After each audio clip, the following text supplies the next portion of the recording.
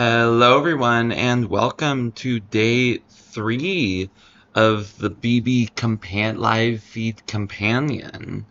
So, of course, there's still no live feeds, but of course, this is not about listening, giving live feed updates.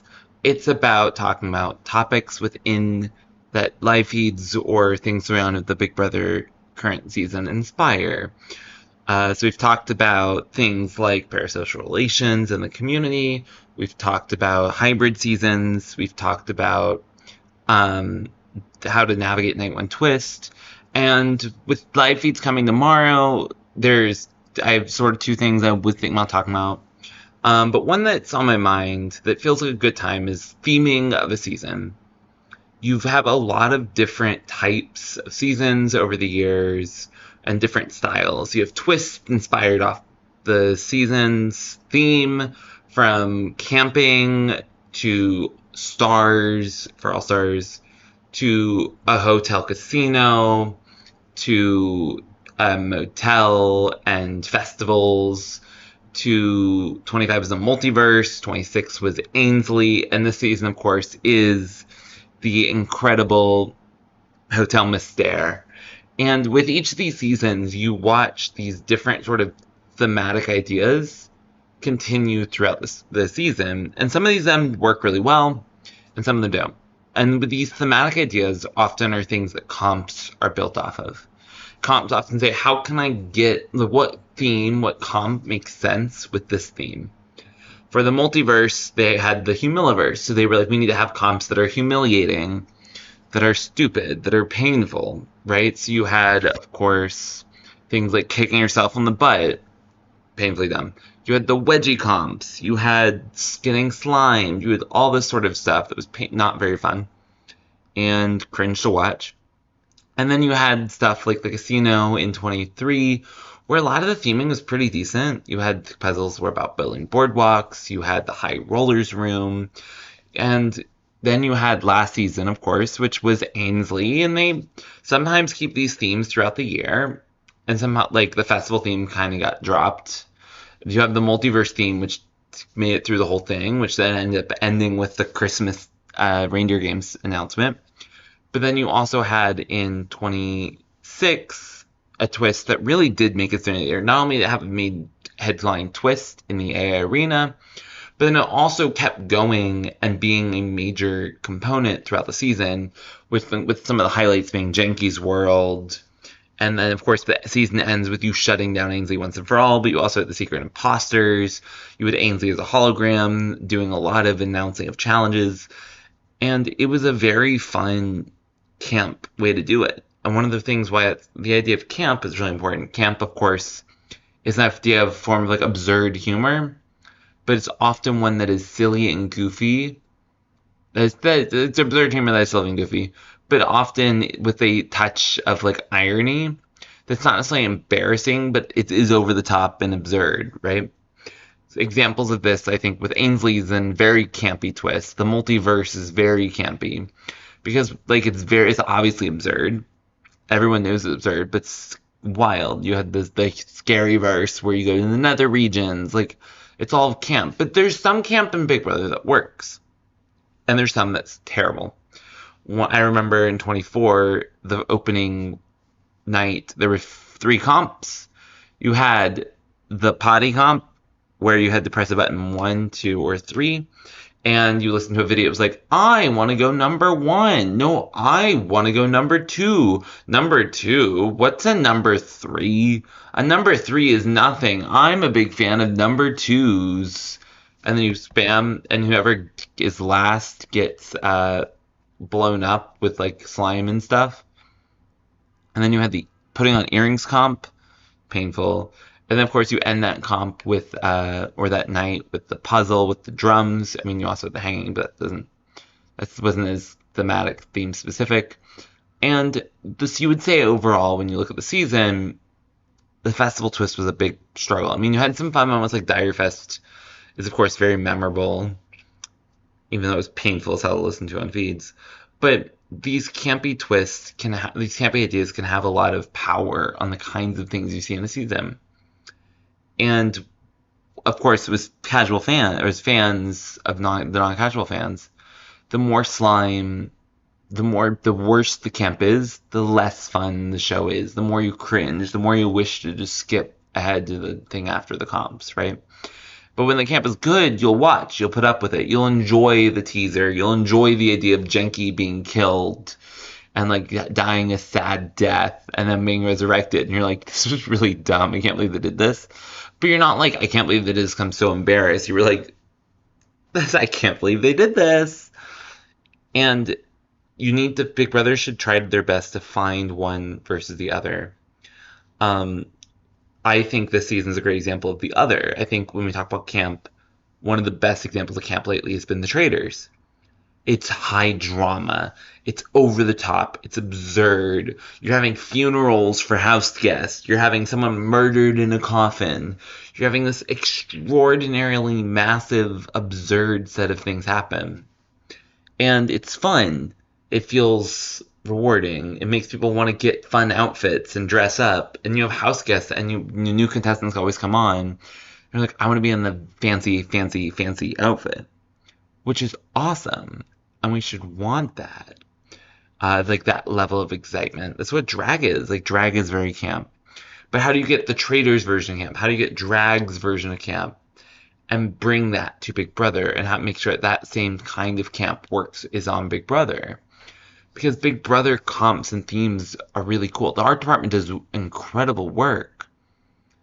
But you have to have a theme that enables the art department to make the right kind of camp thrive. And this season is definitely that. Secret rooms, hidden a secret accomplice, somewhat a masked person turning off the dark. And when you look at the premiere episode, it leads to a fun story. There's a lot of stupidity there, but the house guests move in, and then the lights turn off. Julie's been kidnapped, which is absurd, and there's a missing shoe, which is absurd but funny. And then you have to split up, and then the power of HOH has been stolen. You're like, okay, this is dumb. But Indiana Jones with relics and stuff, like that sounds kind of fun. And on 25, the Indiana Jones comp, like some of that stuff was really fun and memorable, right? Even though the way that twist worked was so painful, was Jag returning and then ending up to win. But regardless, right, you have Julie gets kidnapped, HOH relic stolen. You're like, great. They're like split up into two teams. And you're like, okay, this is so random. I don't know how I feel about this as a game time premise. But also, story-wise, I'm like, okay, this works, okay? It's goofy, it's silly, but it's not embarrassing. It's just goofy and silly. It makes you chuckle a bit and be like, oh my god, Big Brother. But in a way that you're like, you kind of like, you love to hate it.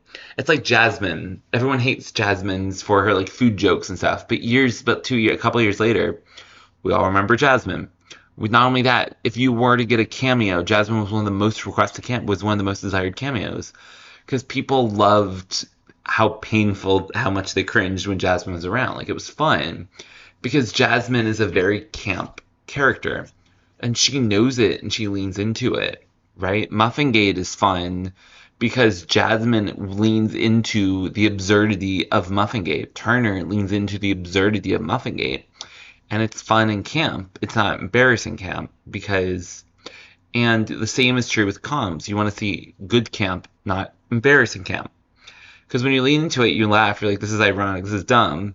But Jasmine's very memorable. I would be very excited to see Jasmine again. I would be annoyed by her constantly. But I would enjoy it all over again. Like, I kind of miss Jasmine as a character on Big Brother. And that's wild for me to say. Because in the moment, I was like, oh my god, Jasmine is so annoying. But when we talk about season 24, people we want to see return, Jasmine's on the list. Which, if you told me that week 3 would make no sense, right, of 24. So the kidnapping happens and you have the comp, right, which is there's a lava fire, like whatever. And there's 8 clones of Julie, which is very dumb. But the comp is like, oh, what was I wearing? I'm telling you one person's shirt. You're like, okay, this is great. This works fine. Building a bridge, you're like, okay, this works fine. This is interesting enough. I like what they're doing. And then the game itself is interesting, right? The finding the relic, finding the dupe.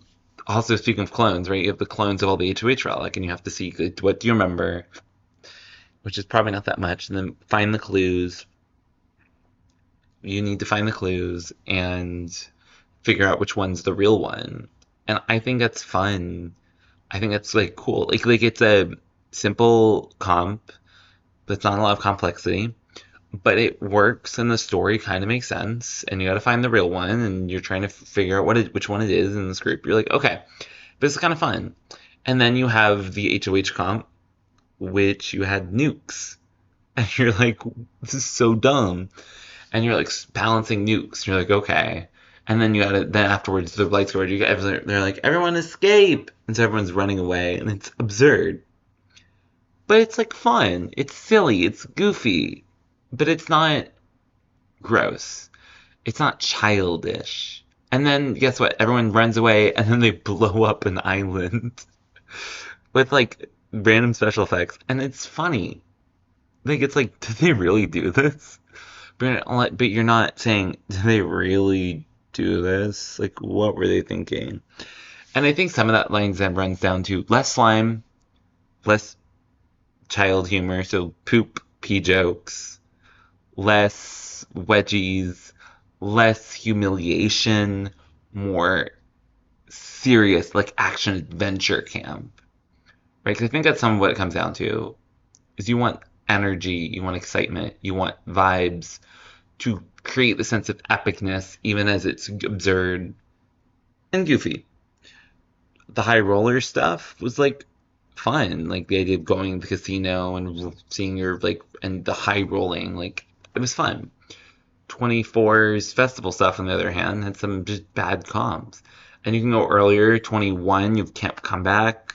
That theme was kind of fine, but then you have the comps, which are like smell test, and like they're dealing with scorpions, and you're just like, what is happening? 19, of course, is things like the Den of Temptation, which is a wild vibe. 20 was this like modernist like thing with a rock climbing gym, and a lot of it was about hacking and apps and that stuff. But like we talk about it, and guess what? The premise, the main twist of the season are memorable. Because the twists were kind of it was kind of camp. You have Caitlin's puzzle, the one-up life. These puzzles and these powers were fun, even as they were used terribly. Not because the powers were good gameplay or bad gameplay, but the way they existed, the idea of getting an app, is like kind of a fun premise, which works really well. So that's sort of my thoughts on Big Brother Camp. I could talk a bit more, but it is very late for me. I've been terrible about recording things at a reasonable hour, especially while there's no feeds. Tomorrow we'll have feeds, and just as a warning, there'll be a lot of learning. I will have mine up. I will have mine being sent to YouTube or downloading to YouTube while I'm asleep tomorrow. But I will have watched a couple hours. I will probably have watched 2 hours of feeds before I record it. Maybe not. We'll see. I have my best. I'm still in New York. I'm in New York till Monday, so tomorrow, and I'm hanging out with a good friend of mine. We'll probably go very late, but my fingers crossed. I get to watch feeds, and I'll be definitely making that a priority for me, especially night one feeds, which are the most fun because it's a mystery, and in this case it's Hotel Mystère, and we have the mystery of who is aligned with who. That's quite fun. We'll see. But we'll get there eventually tomorrow. And so tonight, here's a little something to get excited. If you're first time feeds listener watcher, here's what you should know. You want to have a live feed accounts. You want to be active with swapping. You don't typically need more than one conversation time that's game, but you're looking for the game conversations. And if it's not conversations not on game, swap conversations and see if that's on game. And if you also have Twitter up or something that can give you live feed updates, tell you, hey, this is what this character said. Because sorry about the yawn, if there's two, I'm tired, but if there's two separate feeds and one of them's game and the other's game, guess what? The good news is, if you have live feed accounts on Twitter that you're looking at, great, you can find the answers there. Probably tomorrow, if I have to guess, I'll have a 2-hour take on what the alliance structure is in the house. I said I'm not live feed updating. It's not my intent.